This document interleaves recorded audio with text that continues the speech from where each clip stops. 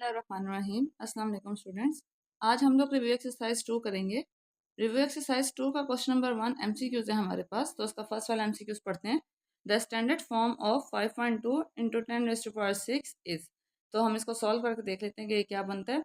हमें ये बात अच्छे से पता है कि जो पॉइंट होता है हमारा, जो डेसिमल होता है, वो फर्स्ट नॉन जीरो डिजिट के बाद होना चाहिए, तो वो यहाँ पे अपनी जगह पे ही है। लेकिन आगे उन्होंने बोला है कि 10⁻6 है, मतलब पॉइंट जो है वो 6 टाइम्स जो है वो मूव होगा, वो भी राइट साइड पे। तो पॉइंट को अगर हम 6 टाइम मूव करवाएं, अगर मैं इसको यहीं पर लिख लेती हूँ 5.2 है, तो पॉइंट को 6 टाइम मूव करवाती हूँ। 1 2 3 4 5 6। फर्ज करें कि यहाँ पे 1 एक टाइम पॉइंट पीछे हुआ, फिर दूसरा नंबर पॉइंट पीछे हुआ, फिर तीसरे, फिर चौथे, फिर पाँचवें, फिर छः में यहाँ पे 6 नंबर तक पॉइंट जो है पीछे हुआ, पॉइंट मेरा यहाँ पे आ गया। तो बीच में जितने भी एम्प्टी स्पेसेस हैं वहाँ पे हम लोग ज़ीरो लगा देंगे। तो ये क्या बन गया, 5 2 1 2 3 4 5 5 0। तो ये हमारे पास जो ऑप्शन सी है वो इसका करेक्ट आंसर हो गया। इसी तरह अगर हम नेक्स्ट वाला देखें, जहाँ पे लिखा हुआ है कि साइंटिफिक नोटेशन ऑफ 0.00034 इज, कि 0.00034 की साइंटिफिक नोटेशन क्या है। ऊपर हमारे पास साइंटिफिक नोटेशन थी और हमने उसको ऑर्डिनरी फॉर्म में किया था, ये आप लोग अपनी फर्स्ट एक्सरसाइज में कर चुके हैं।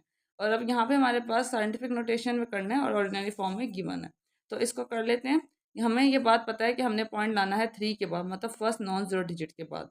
तो पॉइंट को हम लोग मूव करवाएंगे 1 2 3 और 4, 4 टाइम्स पॉइंट पीछे आएगा, तो इसका मतलब है 3.4 हो जाएगा ये, और 10⁻4 आएगा। लेकिन यहाँ पे पॉइंट हम लोग लेफ्ट साइड से पीछे ला रहे हैं, तो डैट मीन्स कि यहाँ 4 के साथ माइनस का साइन आएगा। तो ये जो बी वाला ऑप्शन है आपका, ये आपका ठीक ऑप्शन है। बाद the base of common logarithm is, तो ये सॉल्व करने की जरूरत नहीं है, ये आपको वैसे अंडरस्टूड होना चाहिए कि कॉमन लॉगरिथम की बेस 10 होती है, तो इसमें ये वाला ऑप्शन ठीक है। उसके बाद है लॉग ऑफ 2 और ऊपर पावर 3 और बेस भी इसकी 2 है, तो उसका आंसर क्या बनता है। तो इस तरह के हम लोग कई क्वेश्चन सॉल्व कर चुके हैं। ये आपको ये बात आइडिया है कि ये जो 3 है जो ऊपर पावर में होता है, वो हमेशा लॉग के स्टार्ट में आ जाता है।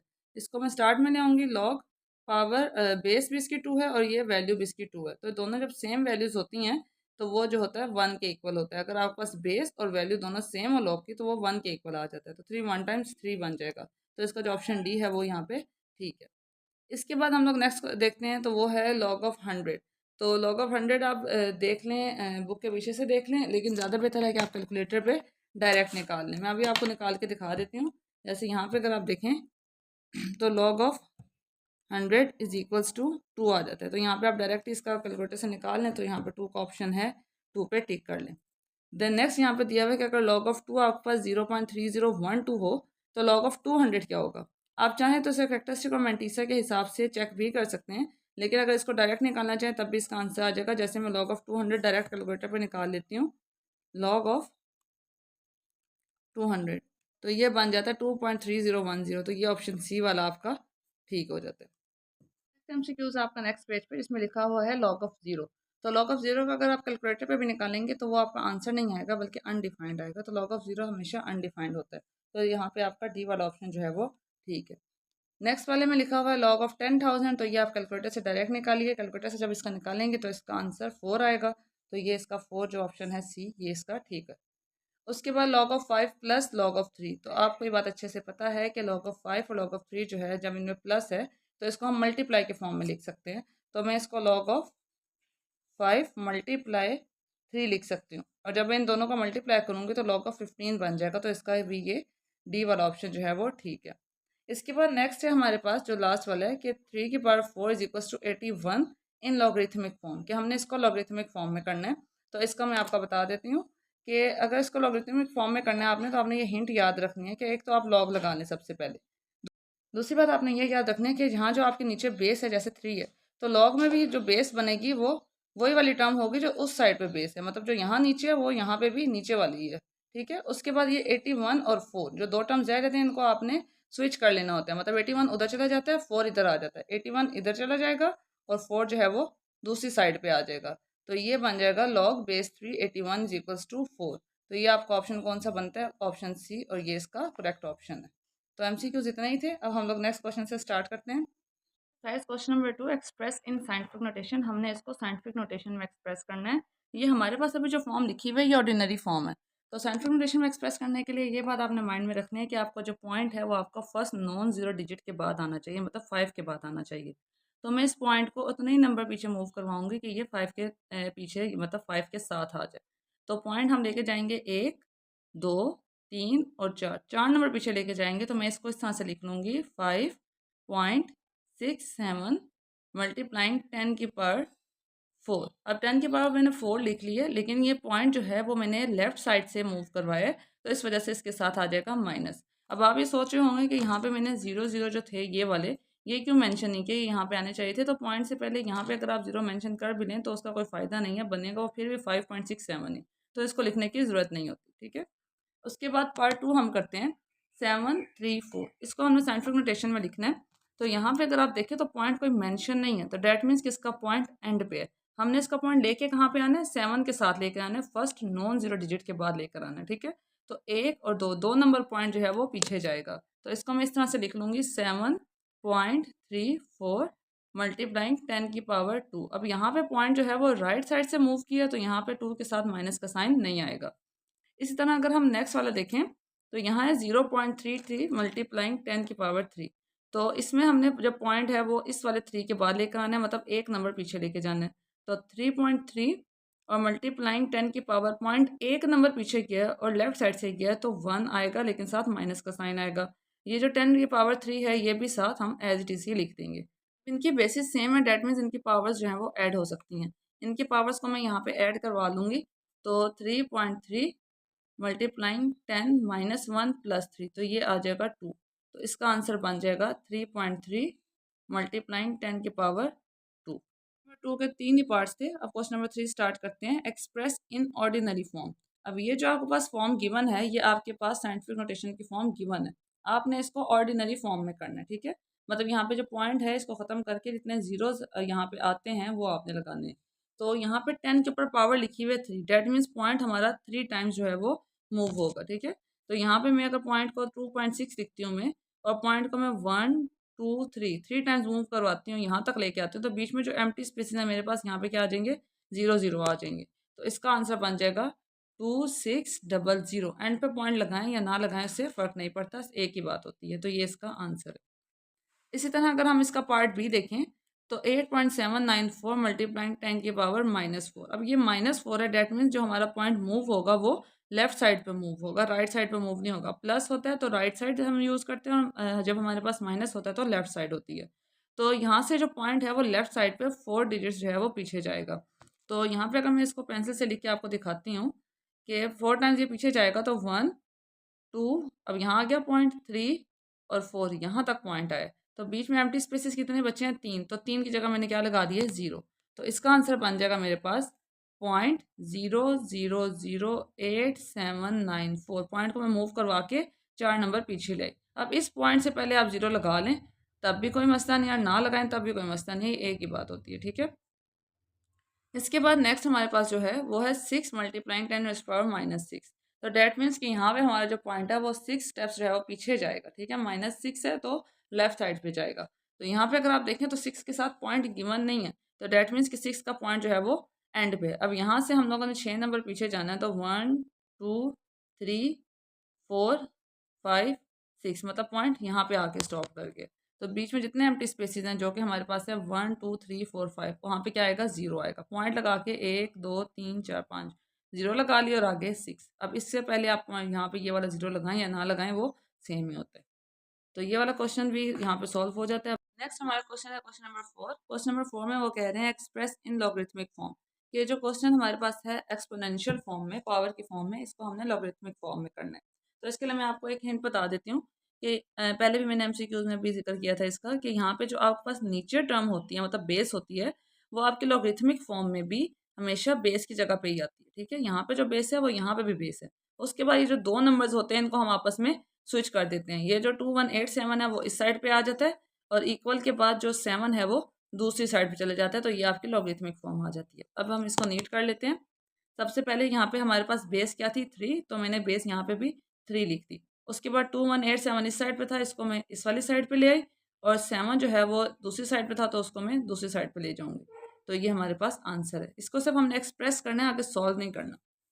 इसका पार्ट बी देखते हैं। ए के ऊपर power B is equals to C. अब यहाँ पे आप देखें, यहाँ पे बेस हमारे पास ए है, तो डैट मीन्स कि लॉग के साथ जो बेस बनेगी वो भी क्या होगी, ए होगी। फिर एक हमारे पास टर्म बचती है बी और एक बचती है सी, इन दोनों को हमने स्विच कर लेना, सी को इधर ले आएंगे, बी को उधर ले जाएंगे, सी इधर आ गया और बी इस साइड पे आ गया, तो ये हमारे पास लॉगरिथमिक फॉर्म हो गई। अब इसका आप थर्ड देखें तो यहाँ पे भी हमारे पास बेस में 12 है, तो यहाँ पे लॉग में भी बेस में 12 ही आएगा। देन 144 और 2 आपस में स्विच हो जाएंगे, 144 इस साइड पे आ जाएगा और 2 जो है वो दूसरी साइड पे चला जाएगा, तो ये वाला क्वेश्चन भी यहाँ पे सॉल्व हो गया। क्वेश्चन नंबर 4 के 3 ही पार्ट्स थे। अब क्वेश्चन नंबर 5 स्टार्ट करते हैं। Number 5, express in exponential form, कि इसको हमने एक्सपोनेंशियल फॉर्म में एक्सप्रेस करना है। तो यहाँ पे अगर आप देखें तो log ऑफ 4 बेस 4 है और साथ वैल्यू 8 है, इज इक्वल टू एक्स। इस तरह के कई क्वेश्चन हम लोग पीछे कर चुके हैं, लेकिन उनको हमने सॉल्व भी करना होता था, इसको हमने जस्ट एक्सप्रेस करना है एक्सपोनेंशियल फॉर्म में। तो इसके लिए हिंट ये है कि जो यहाँ पे नीचे होता है वो दूसरी साइड पे जाकर इस टर्म को धक्का दे देता है और खुद वहाँ पे जाके बेस बन जाता है। जैसे ये 4 है यहाँ पे आएगा, खुद नीचे आ जाएगा और एक्स इसके ऊपर चला जाएगा, और यहाँ पे 8 एज इट इज रहेगा, इसका कुछ नहीं करेंगे। साथ फिर हम लोग लॉग नहीं लिखेंगे क्योंकि हमने लॉग से इसको एक्सपोनेंशियल फॉर्म में कर लिया। दोबारा देख लें, ये जो नीचे बेस होती है ये दूसरी साइड पर जाकर इसको खुद बेस बन जाएगी और इस वाली टर्म को पावर बना देगी, ठीक है, इसको पुश कर देगी।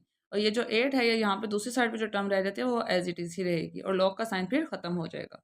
अब यहाँ पे आप देखें, इसको मैं नीट कर लेती हूँ, 8 इज इक्वल्स टू 4 की पावर x, तो ये हमारे पास एक्सपोनेंशियल फॉर्म आ गई। पार्ट बी में log base 9 729 is equals to 3, तो यहाँ पे भी हम सेम वही काम करेंगे कि जो बेस है हमारे पास वो यहाँ पे दूसरी साइड पर जाके इसको पुश कर देगी। तो बेस 9 थी, वो यहाँ गई, इसको पुश किया 3 को, तो 3 ऊपर चला गया और 9 नीचे हो गया, और यहाँ पे 729 सेम रहा, तो ये इसको हमने एक्सपोनेंशियल फॉर्म में एक्सप्रेस कर लिया। इसका इतना ही आंसर है। उसके बाद नेक्स्ट वाला अगर हम देखें तो यहाँ पे भी 4 जो है वो बेस है, वो जाएगा 5 को पुश करेगा, 5 4 के ऊपर पावर में आ जाएगा, इक्वल एज इट इज रहेगा, 1024 भी एज इट इज ही रहेगा। लॉग का लॉग जो है वो हम नहीं लगाएंगे साथ, क्योंकि ये अब एक्सपोनेंशियल फॉर्म है और ये इसका आंसर है। तो हमने इन सारे लॉगरिथमिक फॉर्म को एक्सपोनेंशियल फॉर्म में कन्वर्ट कर लिया। क्वेश्चन नंबर 5 इतना ही था। क्वेश्चन नंबर 6 स्टार्ट करते हैं। उसमें कह रहे हैं find the value of x, कि आपने एक्स की वैल्यू फाइंड करनी है। यहाँ पे लिखा हुआ है question log of x is equal to 0.5। इसको सबसे पहले लॉगरिथमिक फॉर्म से हम लोग एक्सपोनेंशियल फॉर्म में कर लेते हैं। कन्वर्ट करने का अगेन वही तरीका है कि 9 यहाँ पे बेस है तो वहाँ 0.5 के बेस बन जाएगा, 0.5 जो है वो ऊपर पुश हो जाएगा, यहाँ पे अकेला x रह जाएगा, 9 इस साइड पे आ गया, 0.5 जो है वो इसके ऊपर आ गया। अब x इज इक्वल टू 0.5 हमें पता है हाफ होता है, और हाफ को हम लोग 1/2 भी लिख सकते हैं, 1/2 लिखें 0.5 लिखें वो टर्म सेम होती है। इसके बाद हमें ये बात भी अच्छे से पता है कि ये जो 9 होता है वो 3 का स्केयर होता है, 3 का स्केयर हमने इसको लिख लिया और 1/2 साथ एज इट इज़ रहा। फिर ये 2 और ये 2 आपस में कैंसिल हो गए, तो x का आंसर हमारे पास आ गया इज इक्वल्स टू 3, और ये इसका आंसर है। हमने यहाँ पे x की वैल्यू ही फाइंड करनी थी। अगेन देख लें कि इसको पहले मैंने एक्सपोनेंशियल फॉर्म में किया, आप इसके ऊपर ये लाइन लिख भी सकते हैं कि चेंजिंग इनटू एक्सपोनेंशियल फॉर्म। उसके बाद ये 0.5 था जो कि 1/2 के इक्वल होता है, क्योंकि ये भी हाफ होता है और ये भी हाफ होता है, ये लिखा। देन हमने 3 का स्क्वायर के फॉर्म में किया, 9 को स्क्वायर से ये वाला 2 कैंसिल हो गया, तो एक्स का जो आंसर आ गया हमारे पास वो 3 आ गया। अब इसका पार्ट 2 देखते हैं। पार्ट 2 अगर आप देखें तो यहाँ पे 1/9 ऊपर इसकी पावर 3x है इज इक्वल टू 27। 9 जो है वो 3 का स्क्वायर होता है और 27 3 की पावर 3 अगर हमने मतलब 3 का क्यूब लें तो तब आ जाता है। तो पहले इन दोनों को हम लोग 3 की पावर में कन्वर्ट करेंगे ताकि इनकी बेसिस सेम हो जाए और आगे सॉल्व करने में आसानी रहे। 1/3 स्क्वायर और ऊपर 3 of x as it is ही रहेगा। इसी तरह 27 को मैं 3 क्यूब लिख लेती हूँ, ठीक है, क्योंकि 3 को 3 टाइम्स मल्टीप्लाई करेंगे, 3 इंटू 3 इंटू 3 तो 27 ही बनेगा। उसके बाद ये 3 की पावर जो 2 है वो नीचे है, मतलब डिनोमिनेटर में है, तो यहाँ से हम इसको यहाँ इस वैल्यू के साथ जो है वो कंपेयर नहीं कर सकते। तो मैं क्या करूँगी, इस पूरी टर्म को उठा के न्यूमिनेटर में ले जाऊँगी। तो हमें ये बात अच्छे से पता है कि जब ये वाली टर्म ऊपर न्यूमिनेटर में जाएगी तो ये जो पावर होता है इसका साइन ऑपोजिट हो जाता है, मतलब अगर ये नेगेटिव होता तो पॉजिटिव हो जाता, पॉजिटिव होता तो नेगेटिव हो जाएगा। तो नीचे ये पॉजिटिव था 2, तो ऊपर जाके ये नेगेटिव हो गया, और ऊपर 3x जो है वो जो इसकी पावर थी वो सेम ही रहेगी, और यहाँ पे भी 3 की पावर 3 जो है वो सेम रहेगी। उसके बाद यहाँ पे अगर हम देखें तो 3 2 3 ज़ा 6 माइनस 6x आ जाएगा, यहाँ पे इज इक्वल्स टू 3 की पावर 3 आ जाएगी। अब अगर आप देखें तो इन दोनों की जो बेसिस हैं वो सेम हो गई हैं। अब हम इनको कंपेयर कर सकते हैं बाय कंपेयरिंग। अब हम नेक्स्ट स्टेप ये लिखेंगे, तो हमारे पास सिर्फ क्या रह जाएगा, -6x इज इक्वल्स टू ये लिख लिए बाय कंपेयरिंग -6x = 3, क्योंकि जब कंपेयर करते हैं जो सेम टर्म्स होती हैं, चाहे वो बेस में हो चाहे वो पावर में हो, तो वो खत्म हो जाती हैं। फिर हमने सिर्फ जो डिफरेंट टर्म्स थी -6x और आगे 3 जो उसकी पावर में थी वो लिख ली हैं। अब यहाँ पे जो -6 है इस साइड में मल्टीप्लाई है, तो दूसरी साइड पर जाके वो डिवाइड हो जाएगा। माइनस का साइन आप यहाँ लगा लें तो ज़्यादा बेहतर है नीचे लगाने की बजाय। 3 1 टाइम्स 3 3 2 टाइम्स 6, तो एक्स का आंसर आ गया -1/2, और ये इस क्वेश्चन का आंसर है। नेक्स्ट पार्ट इसका मैंने लिख लिया। अब यहाँ पे 1/32 है और ऊपर पावर 2x है और दूसरी साइड पे 64 है। 32 और 64 दोनों 2 की पावर में आ जाते हैं। मीन्स अगर मैं 2 की पावर 5 लूँ तो वो 32 आ जाएगा, और 2 की पावर 6 लूँगी तो वो 64 आ जाएगा। ठीक है, तो मैं इसको इसी तरह यहाँ पे स्टार्ट करती हूँ। अगर आपको नहीं समझ आती कि यहाँ पे 32 जो है वो 2 की पावर 5 किस तरह से है, तो आप इसका इस तरह से एलसीएम लेके देख सकते हैं। 2 1 टाइम्स 2 और 2 6 टाइम्स 12, 2 8 ज़ा 16, 2 4 ज़ा 8, देन उसके बाद 2 2 ज़ा 4 एंड 2 1 टाइम्स 2। तो इस तरह 1 2 3 4 5 5 टाइम्स आ गया, तो इसको हम यहाँ पे 2 की पावर 5 लिख लेंगे। लेकिन ये जो छोटी मोटी चीज़ें हैं ये आपको वैसे भी ज़ुबानी भी पता होनी चाहिए। इस तरह यहाँ 64 जो होता है वो 2 की पावर 6 होता है। आप उसका भी इस तरह से फैक्टर्स निकाल के उसके देख सकते हैं। ठीक है, अब इन दोनों को मैंने पावर के फॉर्म में लिख लिया, 2 की पावर 5 और यहाँ पे 2 की पावर 6। अब ये जो 2 की पावर 5 है वो यहाँ से इस वैल्यू के साथ कंपेयर नहीं हो सकती, क्योंकि ये डिनोमिनेटर में है। इस पावर को, इस पूरी वैल्यू को हम ऊपर लेके जाएंगे तो ये जो पावर है ये पहले पॉजिटिव है, लेकिन ऊपर जाएगी तो नेगेटिव हो जाएगी, और यहाँ पे जो ऊपर इसके 2x है वो एज इट इज़ ही रहेगा, और यहाँ पे 2 की पावर 6 भी एज इट इज़ रहेगा। देन उसके बाद ये 5 और 2 आपस में मल्टीप्लाई होंगे तो 2 की पावर -10x बन जाएंगे। 5 2 ज़ा 10 इज इक्वल टू 2 की पावर 6। देन उसके बाद हम इन दोनों को, क्योंकि ये दोनों की बेसिस सेम हो चुकी हैं, तो कंपेयर कर लेंगे। मैं नेक्स्ट लिखूंगी बाय कंपेयरिंग। अब जब मैं इसको कंपेयर करूँगी तो 2 और 2 जो सेम टर्म्स हैं वो हम नहीं लिखेंगे, बल्कि जो हमारे पास जो पावर्स हैं वो लिख लेंगे जो डिफरेंट है। उसके बाद -10 यहाँ मल्टीप्लाई है, वहाँ 6 नीचे जाके ये डिवाइड हो जाएगा। तो इनकी जब कटिंग करेंगे 2 से, 2 3 टाइम्स 6 एंड 2 5 टाइम्स 10, तो एक्स का आंसर आ जाएगा हमारे पास -3/5, और ये इस क्वेश्चन का आंसर है। Question number 7, right in the form of single logarithm. मतलब यहाँ पे जो हमारे पास वैल्यू है वो प्लस और माइनस की फॉर्म में आएंगी, और वो उनके साथ अलग अलग सेपरेटली लॉग लगे हुए होंगे, तो हमने उसको एक सिंगल लॉग की फॉर्म में करना है। तो सबसे पहले हम लोग ये कर लेते हैं कि जो 7 हमारे पास स्टार्ट में है इसको पावर की फॉर्म में ले जाते हैं। उसको पावर की फॉर्म में लेके जाऊंगे तो कम से कम ये एक स्टेप जो है रिड्यूस होगा, मतलब इसकी जो वैल्यू है वो थोड़ी सी कम होगी। तो ये जो स्टार्ट में होता है इसको हम लोग पावर में लिख सकते हैं। एक्स की पावर मैंने 7 लिख दिया। इसी तरह यहाँ पे जो 3 स्टार्ट में लॉग के, इसको भी मैं यहाँ पर पावर में ले जाऊंगी। तो लॉग वाई का ऊपर ऑलरेडी 2 है, जब साथ 3 भी चला जाएगा तो ये 3 2 टाइम्स 6 हो जाएगा। अब नेक्स्ट स्टेप में इसको लिखते हैं। इसको मैंने नेक्स्ट स्टेप में लॉग एक्स की पावर 7 माइनस लॉग एक्स की पावर 6 करके लिख लिया। अब ये यहाँ पे अगर आप देखें तो इन दोनों के दरमियान माइनस का साइन है। जब भी माइनस का साइन दरमियान में होता है तो हम उसको डिवाइड के फॉर्म में लिख सकते हैं, और जब भी हम लोग डिवाइड के फॉर्म में लिखते हैं तो लॉग को सिंगल टाइम लिखते हैं। तो लॉग x7 और ये x6 है तो ये इसके नीचे आ जाएगा, तो ये हमारे पास सिंगल लॉगरिथम के फॉर्म में आ गया। जब हमने क्वेश्चन लिखा था तो वो हमारे पास 2 लॉग थे, फिर हमने उसको सॉल्व करके एक सिंगल लॉगरिथम के फॉर्म में लिख लिया। पार्ट लिखा हुआ है 3 log of 4 minus log of 32। अब यहाँ पे हम लोग सबसे पहले जो हमारे पास ये वैल्यू स्टार्ट में इसको पावर में ले जाएंगे, तो ये बन जाएगा log 4 की पावर 3 माइनस log 32। अब 4 की पावर 3 मतलब 4 मल्टीप्लाई 4 मल्टीप्लाई 4, तो 4 4 टाइम्स 16 एंड 16 4 टाइम्स 64, तो log ऑफ 64 मैंने लिख लिया माइनस log ऑफ 32 लिख लिया। यहाँ पे अगर आप देखें तो अगेन हमारे पास दोनों माइनस की फॉर्म में आ गए। ठीक है, तो इसको हम लोग डिवाइड की फॉर्म में लिख सकते हैं। एक दफ़ा log लिखेंगे डिवाइड के लिए, ऊपर लिखेंगे 64 और नीचे लिखेंगे 32, तो माइनस को हमने इस तरह से डिवाइड के फॉर्म में कन्वर्ट कर लिया। तो ये यहाँ पे हमारे पास 64 और 32 आ गए। तो अगर हम चाहें तो इसकी हम कटिंग भी कर सकते हैं। 32 1 टाइम्स 32 होता है, और 32 को डायरेक्ट अगर हम करें तो 2 टाइम्स 64 होता है। तो ये सिंपल हमारे पास आ जाएगा log ऑफ 2 इसका आंसर। अब इसका नेक्स्ट पार्ट स्टार्ट करते हैं।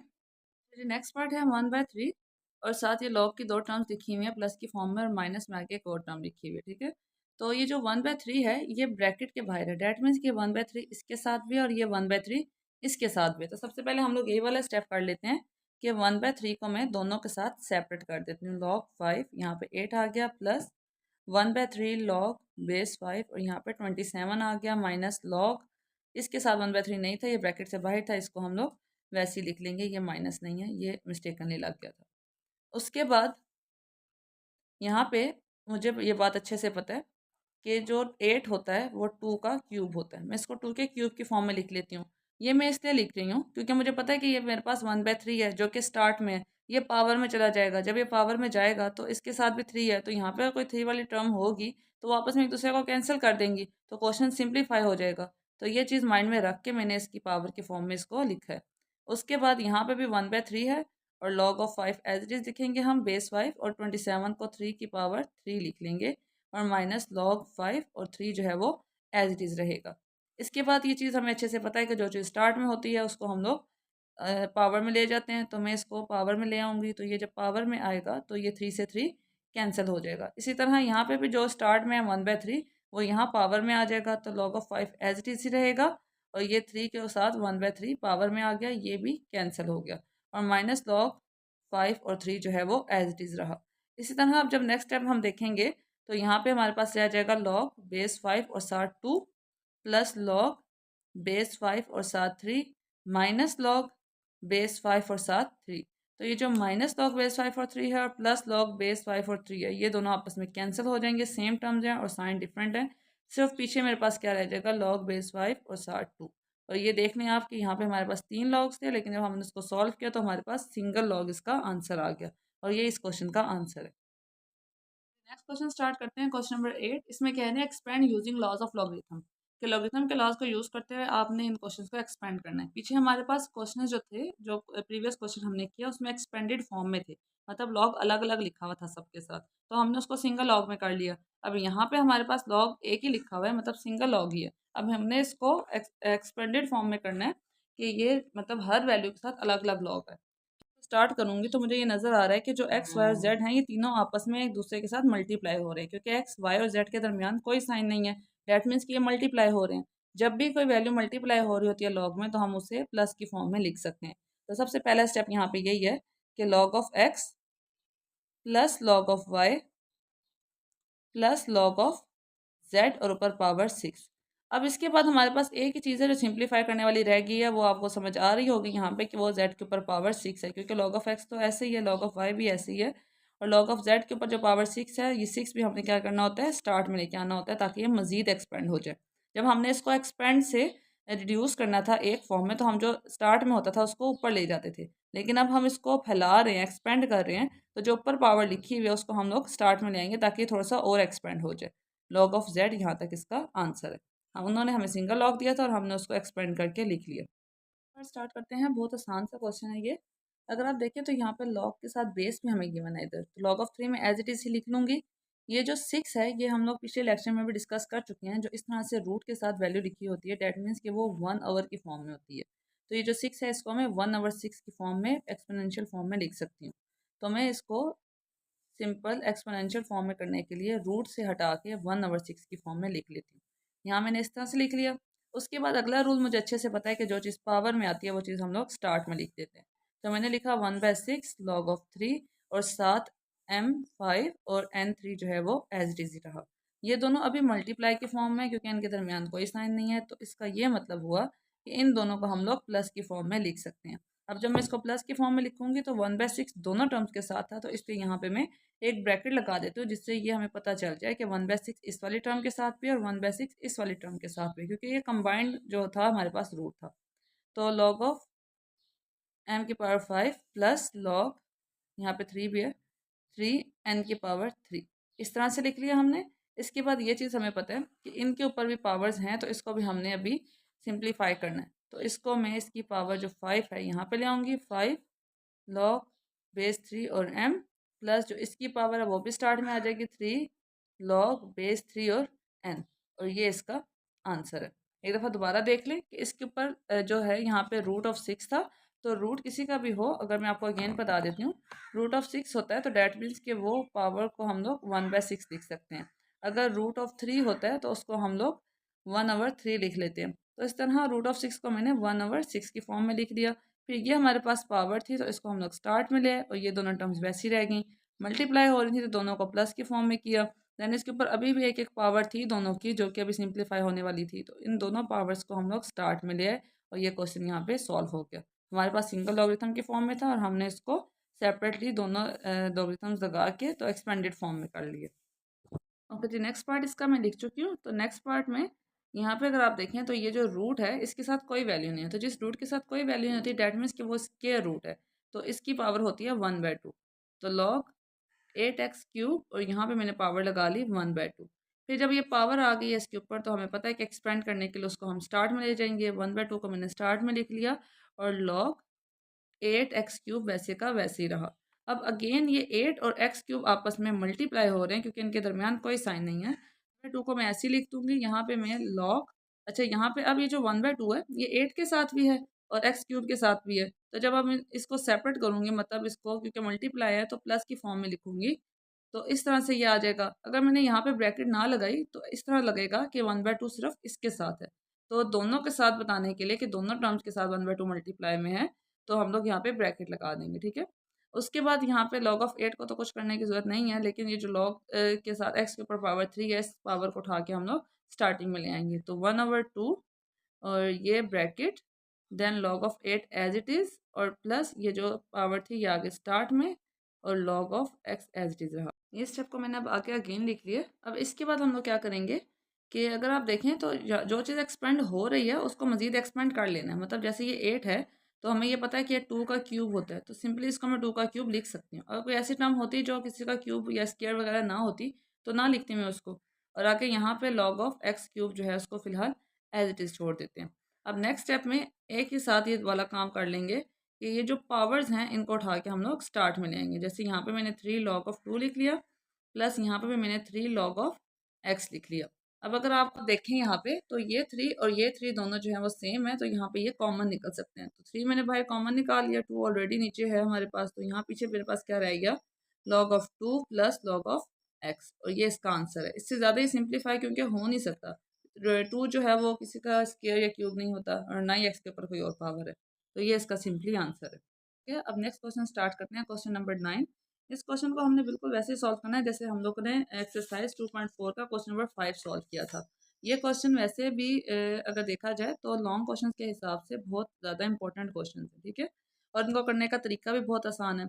सबसे पहले अगेन वही वाले सारे स्टेप्स करेंगे। हम लोग क्या करते थे कि इस सब को हम लोगों ने लेट कर लेना होता है किसके इक्वल, एक्स के equal. Let x is equals to 3 root of 68.24, ये आ गया। उसके बाद नेक्स्ट स्टेप हमारा क्या होता है कि taking log on both sides, तो मैं यहाँ लिख लेती हूँ taking log on both sides. मैंने यहाँ लिख लिया। अब मैं यहाँ लॉग ले लूँगी, एक दफ़ा एक्स के साथ लिखूँगी लॉग और एक दफ़ा इस पूरी टर्म के साथ लिखूँगी लॉग। तो लॉग और यहाँ मैं साथ ब्रैकेट लगा देती हूँ, ना भी लगाएं तो कोई मसला नहीं क्योंकि यहाँ पे एक ही टर्म है, लेकिन लगा दें तो तब भी कोई नहीं इसमें।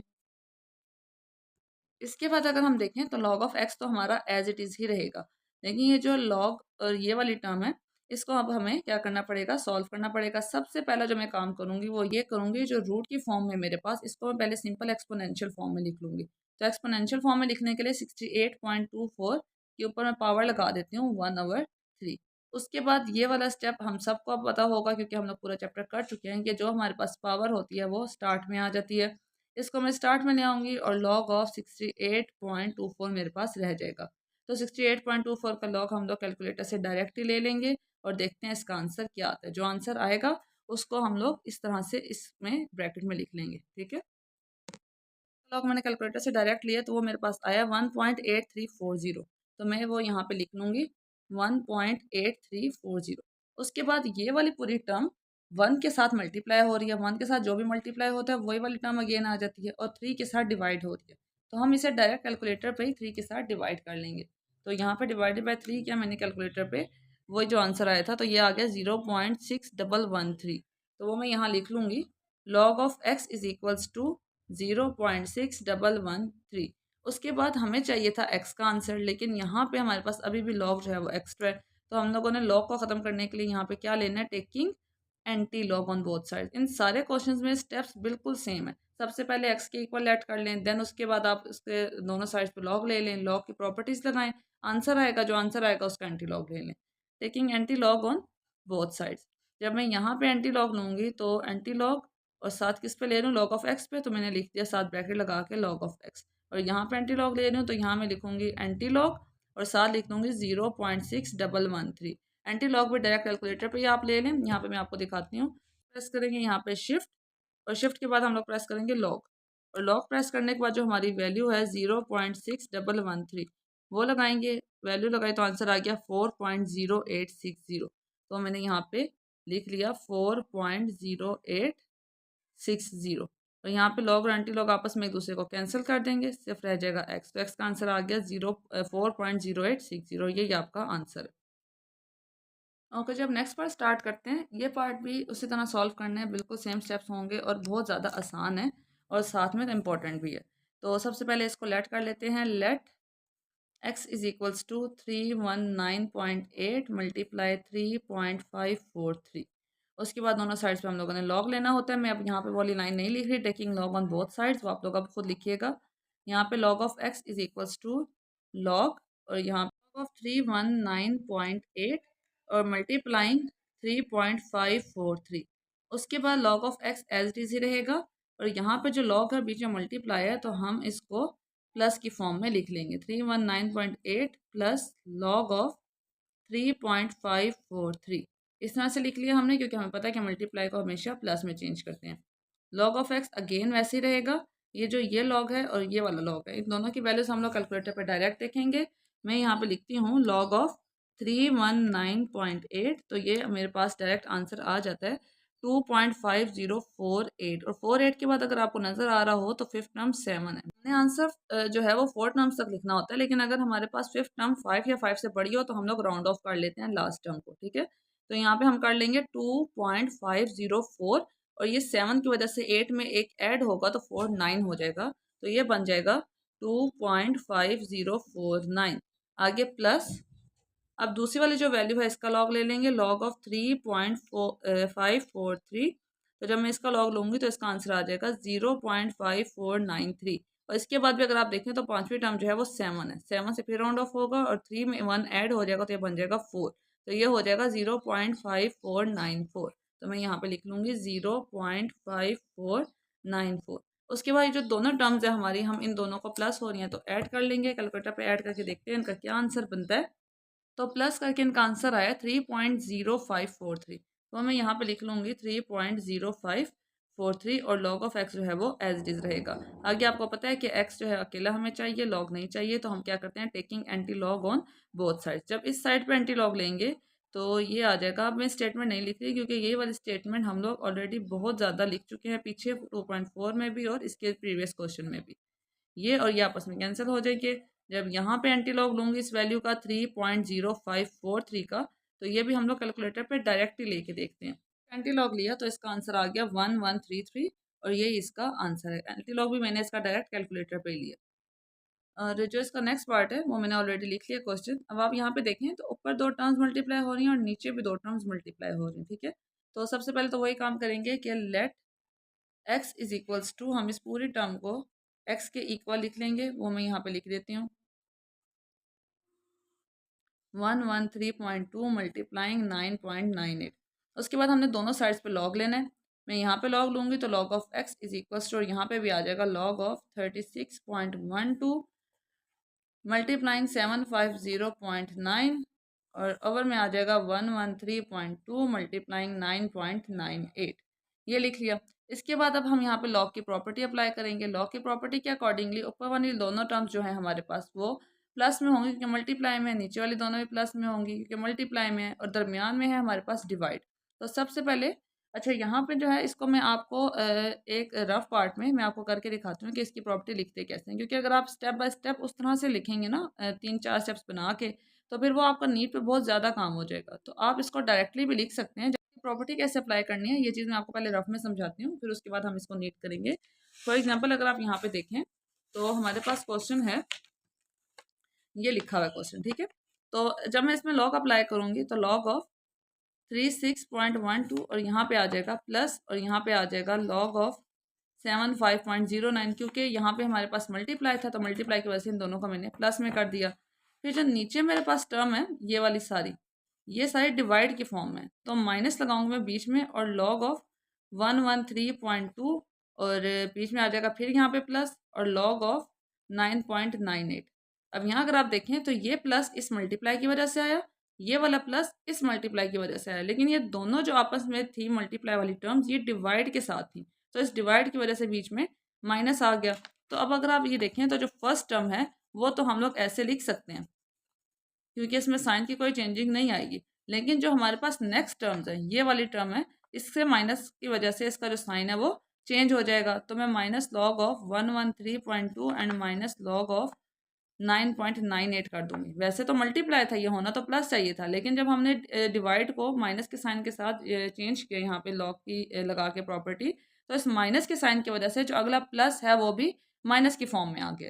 तो ये चीज़ आपको मैंने बतानी थी रफली। अब इसको हम लोग नीट पे डायरेक्ट ही लिखेंगे, क्योंकि अगर आप इसको नीट पे 2-3 स्टेप्स में लिखेंगे तो वो बहुत ज़्यादा स्टेप्स हो जाएंगे जो नेसेसरी नहीं है। अगर आप ये आपको आते हों तो आप इजीली इसको डायरेक्ट भी लिख सकते हैं। मैं दोबारा एक दफ़ा यहाँ पे लिखते लिखते एक्सप्लेन करती हूँ कि log of 36.12 plus log of 750.9 multiply की वजह से प्लस आया, आगे माइनस माइनस आया इस डिवाइड की वजह से, माइनस लॉग ऑफ 113.2, आगे ये मल्टीप्लाई अगेन तो होना तो प्लस चाहिए था, लेकिन इस माइनस की वजह से इसका अगले वाला साइन भी चेंज हो जाएगा एंड माइनस लॉग ऑफ 9.98। बच्चे यहाँ पे यही मिस्टेक करते हैं कि मल्टीप्लाई को समझ लेते हैं प्लस और प्लस ही लगाई रहने देते हैं, यहाँ बीच में माइनस लगा देते हैं। इस माइनस से ये वाला प्लस का साइन चेंज नहीं करते, जिसकी वजह से क्वेश्चन में मिस्टेक आती है। अब आगे स्टेप में log of x as it is ही रहेगा। अब इन चारों लॉग्स की वैल्यू जो है वो मैं कैलकुलेटर पर डायरेक्ट ही लेती हूँ। सबसे पहले log ऑफ 36.12 की वैल्यू ले लेते हैं, तो ये हमारे पास बन जाती है 1.5577, 1.5577 वो मैं यहाँ पे लगा लूँगी, 1.5577 लगा लिया मैंने। आगे प्लस जो नेक्स्ट हमारे पास लॉग है वो है 750.9, इसकी वैल्यू देख लेते हैं। इसकी वैल्यू मैंने कैलकुलेटर पर लिखी तो ये आ गई 2.87558। अब यहाँ पे फिफ्थ टर्म अगेन 8 है, जिसकी वजह से 5 में एक हमारे पास ऐड हो जाएगा, मतलब राउंड ऑफ हो जाएगा, तो ये बन जाएगा 2.8756। तो वो मैं इसको भी लिख लूँगी 2.8756। उसके बाद माइनस नेक्स्ट है हमारे पास जो लॉग लेने वाली टर्म वो 113.2 है, तो ये लिख लेंगे 113.2, तो ये आ जाएगा 2.0538। तो 2.0538 आ गया और आगे 4 है जिसकी वजह से कोई चेंजिंग नहीं आएगी, राउंड ऑफ नहीं होगा, तो वो मैं इसको ऐसे ही लिख लूँगी 2.05 और आगे आ गया 38। इसके बाद हमारे पास अगेन माइनस है और लॉग ऑफ 9.98 है, तो इसका लॉग ले लेते हैं 9.98, तो ये हमारे पास आ जाएगा 0.991, ऐसे ही लिख लूँगी 0.999 और 1। उसके बाद जो ये चारों मेरे पास टर्म्स हैं, 2 प्लस और 2 माइनस वाली हैं, पहले इन दोनों को मैं प्लस करूँगी, जो आंसर आएगा इसके साथ माइनस करूँगी, अगेन जो आंसर आएगा इसके साथ माइनस करूँगा। ये सारा काम कैलकुलेटर में डायरेक्ट भी आप कर सकते हैं, तो मैं अभी आपको करके दिखाती हूँ कि देखते हैं इसका आंसर क्या बनता है। तो जो कैलकुलेटर में मैंने चारों वैल्यूज़ को एक साथ एंटर करके प्लस किया तो आंसर बना 1.3804। तो मैं यहाँ पे लिख लेती हूँ 1.3804। अब यहाँ पे हमारे पास एक लॉग ही एक्स्ट्रा रह गया, हमने इस लॉग को ख़त्म करना है तो दोनों साइड में एंटी लॉग लेंगे। एंटी लॉग लेंगे तो आपको ये बात डायरेक्टली भी पता है कि एंटी लॉग और लॉग आपस में कैंसिल हो जाएंगे, यहाँ पे सिर्फ रह जाएगा x इज इक्वल्स टू, और यहाँ पे जब मैं एंटी लॉग लूँगी तो एंटी लॉग ले लेते हैं, शिफ्ट लॉग प्रेस किया और 1.3804, तो ये मेरे पास बन गया 24.010। तो ये मेरा आंसर है 24.010 और ये यहाँ पे क्वेश्चन ख़त्म हो जाता है। अब हम लोग नेक्स्ट क्वेश्चन स्टार्ट करेंगे अपना। ओके जी, आगे क्वेश्चन नंबर 10 स्टार्ट करते हैं। क्वेश्चन नंबर 10 की पहले स्टेटमेंट देख लें। In the year 2016 the population of a city was 22 million and was growing at a rate of 2.5% per year. कि 2016 में एक सिटी है उसकी पॉपुलेशन जो है 22 मिलियन है और वो जो है वो पर ईयर जो है हर साल 2.5% जो है वो इंक्रीज़ होती जा रही है। तो जो उन्होंने फार्मूला बनाया जिससे हमें उसका पता चलेगा पॉपुलेशन का, वो है population of according to time. इस टी लिखा हुआ है इज इक्वल्स टू 22, जो उन्होंने हमें साल बताया हुआ है, मिलियंस बताए हुए, आगे 1.025 और ऊपर power T gives the population in millions T years after 2016। T जो है वो हमें साल के बारे में, मतलब टाइम या वक्त के बारे में बता रहा है। Use the model to determine in which year this population will reach to 35 million. कि कितने साल बाद मतलब कौन से साल में ये जो पॉपुलेशन पहले 22 मिलियन है और 2.5 के हिसाब से परसेंट के हिसाब से हर साल बढ़ रही है, तो कितने साल बाद ये पॉपुलेशन 35 मिलियन तक पहुंच जाएगी। तो हमने अपना आंसर लिखना और अपने आंसर को राउंड ऑफ भी करना है, ठीक है। तो यहाँ पे ये इसी तरह का क्वेश्चन है जैसे हमने पीछे भी किया है। तो सबसे पहले जो यहाँ पे मेन फार्मूला उन्होंने दिया हुआ होता है, जैसे ये दिया हुआ है, इस फार्मूले को हम लिखेंगे, इसमें वैल्यूज़ लगाएंगे जो हमारे पास गिवन है। वैल्यू सिर्फ हमारे पास पॉपुलेशन की गिवन है जो हमने फाइंड करनी है, जो कि 35 मिलियन है। तो यहाँ पे 35 लगा के और उसके बाद फिर लॉग के फंक्शंस अप्लाई करके इसको सॉल्व करेंगे। तो अब इसको करना स्टार्ट करते हैं। सबसे पहले जो गिवन चीज़ें हैं वो लिख लेते हैं। सबसे पहले मैं पॉपुलेशन लिख लेती हूँ जो कि 35 मिलियन है, तो वो मैंने यहाँ पे मेंशन कर दिया है। उसके बाद जो हमारे पास मेन चीज़ है वो फार्मूला है। फार्मूला मैं यहाँ पे लिख लूँगी बुक से देख के, P of T is equals to 22 और आगे ब्रैकेट में 1.025 और ऊपर पावर टी। इसके बाद हम लोग क्या करेंगे कि इसकी वैल्यू लगा देते हैं। पॉपुलेशन कितनी है 35, यहाँ पे मैंने 35 लगा दिया, इक्वल्स टू 22 1.025 और ऊपर पावर टी। ऐसा करते हैं कि यहाँ पे 22 एक एक्स्ट्रा टर्म है क्योंकि यहाँ पे हमें चाहिए नहीं, यहाँ पे हमें सिर्फ टी चाहिए। तो एक एक करके हम बाकी सारी टर्म्स को उठा के दूसरी साइड्स पे ले आएंगे। तो 35 22 यहाँ पे मल्टीप्लाई हो रहा है, यहाँ पे आके डिवाइड होगा और यहाँ पे सिर्फ रह जाएगा 1.025 की पावर टी। अब यहाँ पे इस पावर टी को हम लोग ऐसे सेपरेट इससे नहीं कर सकते। हम क्या करेंगे, यहाँ पे दोनों साइड्स पे लॉग ले लेंगे, taking log on both side. तो यहाँ पे जब मैं लॉग लूँगी लॉग ऑफ 35/22, तो ये दोनों माइनस की फॉर्म में, पहले मैं इसको एक दफ़ा ऐसे लिख लेती हूँ। 35/22 इक्वल्स टू लॉग ऑफ 1.025 की पावर टी। उसके बाद अब जब मैं इस पर लॉग का फंक्शन अप्लाई करूँगी तो log of 35 minus log of 22, ठीक है।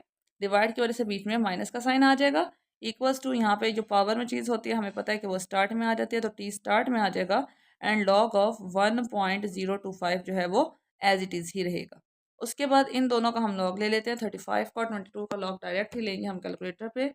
लॉग ऑफ 35 मेरे पास आया है 1.5440, ये देख लें आप, 1.5440। तो वो मैं यहाँ लिख देती हूँ 1.5440 माइनस लॉग ऑफ 22। देखते हैं क्या आया लॉग ऑफ 22, ये आया है 1.3424, 1.3424 इक्वल्स टू टी। और लॉग ऑफ नेक्स्ट जो हमारे पास टर्म है उसका लॉग ले लेंगे, लॉग ऑफ 1.025, तो ये आ गया है 0.0107।